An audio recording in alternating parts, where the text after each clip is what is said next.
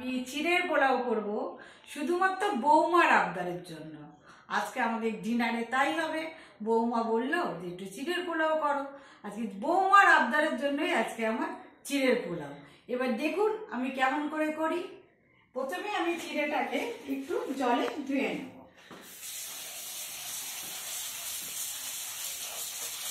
এই ময়লাটা বেরিয়ে যাবে।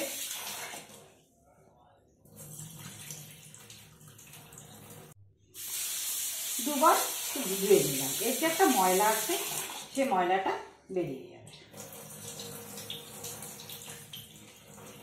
এটাকে স্টেন করার জন্য জলটা যাতে ঝরে যায় সেজন্য একটু আমাকে খুলে একটু শুকিয়ে রাখতে হবে।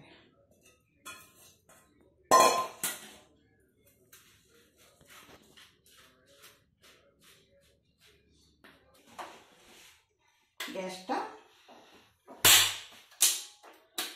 অন করা হলো, স্টার্ট। এবার গ্যাসটাকে অন করা হলো, এবার হোক। চিমনি স্টার্ট করা হলো। তারপরে এবারে আমার আস্তে আস্তে গ্যাসটাকে কমিয়ে দিই। ফুলকপিটাকে একটু সেদ্ধ করে নিয়েছি, ডিমটাকে একটু অমলেট করে নেব। এখানে আলু দিয়েছি, গাজর দিয়েছি, তারপরে পেঁয়াজ কলি, মটরশুঁটি, লঙ্কা, আদা, চিনেবাদাম, কাজু বাদাম, কিশমিশ, ব্যাস এটা। আর তারপরে একটু হলুদ আছে, নুন আছে, তেল আছে, আর এই হচ্ছে গোবর্ধন ঘি। আমরা এই ঘিটাই খাই।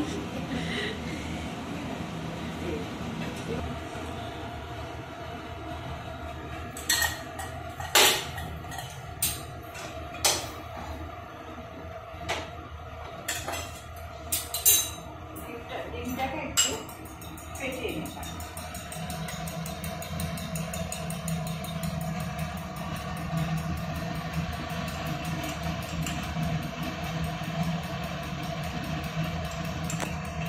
ডিমটাকে একটু নুন দিতে হবে, একটু নুন দিতে।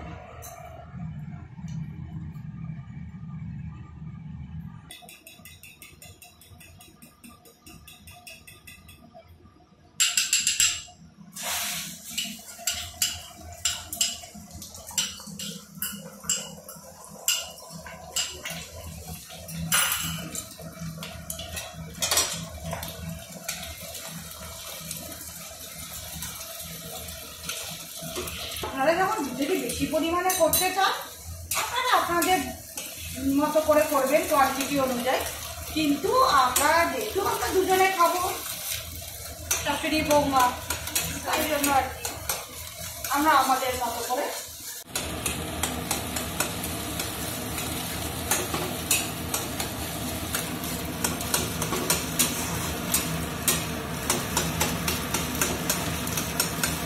এটাকে একটু গোলমরিচ আর টেস্টটা আর একটু ইনহ্যান্স হবে।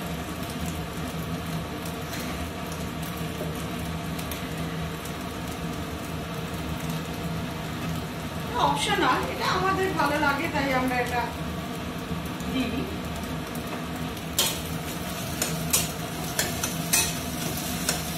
দেখতেও ভালো লাগবে, ইনহ্যান্স হবে এবং টেস্টটাও ভালো হবে। লাস্টে একটু ঘি ছড়িয়ে দিলাম যাতে সেন্ট টেস্ট দুটোই যেন ভালো হয়। Please do like, share and subscribe. Thank you.